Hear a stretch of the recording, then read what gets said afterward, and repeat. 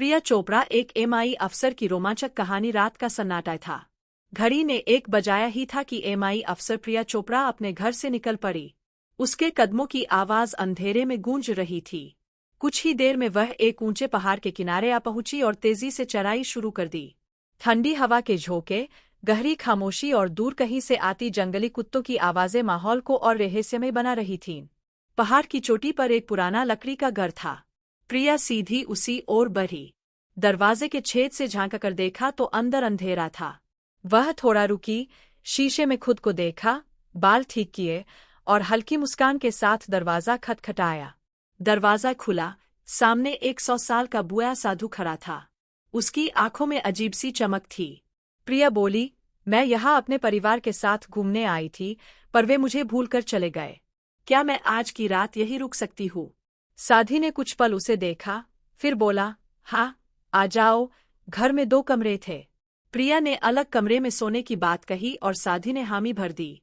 कुछ देर बाद बाहर कुत्तों के भौंकने की आवाज आई तो वह डरकर साधी के पास जा पहुंची। उसने कहा, मुझे डर लग रहा है, मैं यही तुम्हारे साथ रहूंगी। साधु मन ही मन मुस्कुराया, पर तभी प्रिया बोली, चलो बाहर चलते हैं, दम घुट रहा है। दोनों हाथों में हाथ डाले पहाड़ की ओर निकल पड़े। रास्ते में एक गुफा दिखी। साधु ने कहा, चलो अंदर चलते हैं। गुफा अंधेरी थी, पर प्रिया मुस्कुराई और अंदर चली गई। कुछ देर बाद जब दोनों वापस लौटे, साधी ने अलमारी से लाल रंग का औरतों का सूट निकाला और बोला, पुरानी चीजें लोग यहाँ छोड़ जाते हैं। प्रिया ने सूट देखा, उसे कुछ शक हुआ, लेकिन उसने कुछ नहीं कहा, बस मुस्कुरा कर बोली, बहुत खूबसूरत है। साधी के चेहरे पर वासना भरी हंसी थी। उसने कहा, तुम इसमें बिल्कुल चांद जैसी लग रही हो। प्रिया बोली, मुझे भूख लगी है। साधु ने सेब लाकर दिया।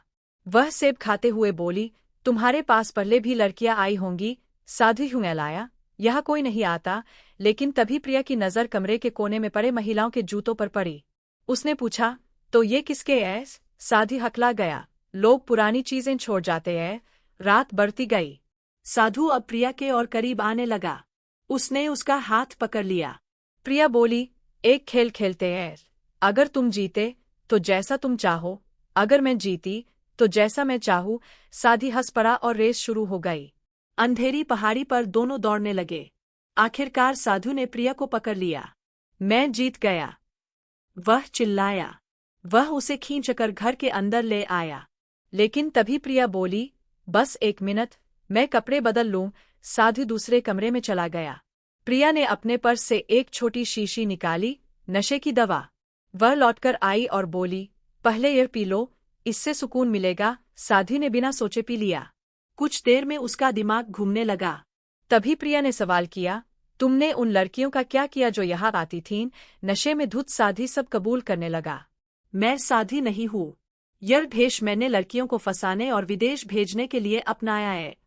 इतना सुनना था कि प्रिया ने उसे जोरदार थप्पड़ मारा। उसने अपने कपड़ों में छिपा सीक्रेट बटन दबाया। कुछ ही सेकंड में कमांडो टीम घर में घुस आई और साधी के भेष में छिपे उस अपराधी को गिरफ्तार कर लिया। प्रिया ने दीवार से गुप्त कैमरा उठाया, जिसमें उसकी पूरी बातचीत रिकॉर्ड थी। मैं एमआई अफसर प्रिया चोपड़ा हूँ। यह पूरा मिशन तुम्हें रंगे हाथ पकड़ने के लिए था। कुछ दिनों बाद अदालत में सबूत पेश किए गए। अपराधी को उम्रकैद की सजा मिली। सीख, मोरल, बुराई चाहे नेकी का रूप क्यों न धारण कर ले, सच्चाई और न्याय के सामने एक दिन उजागर होकर रहती है। एमआई अफसर प्रिया चोपड़ा ने साबित कर दिया, हिम्मत, समझदारी और सच्चाई ही सबसे बड़ी ताकत है।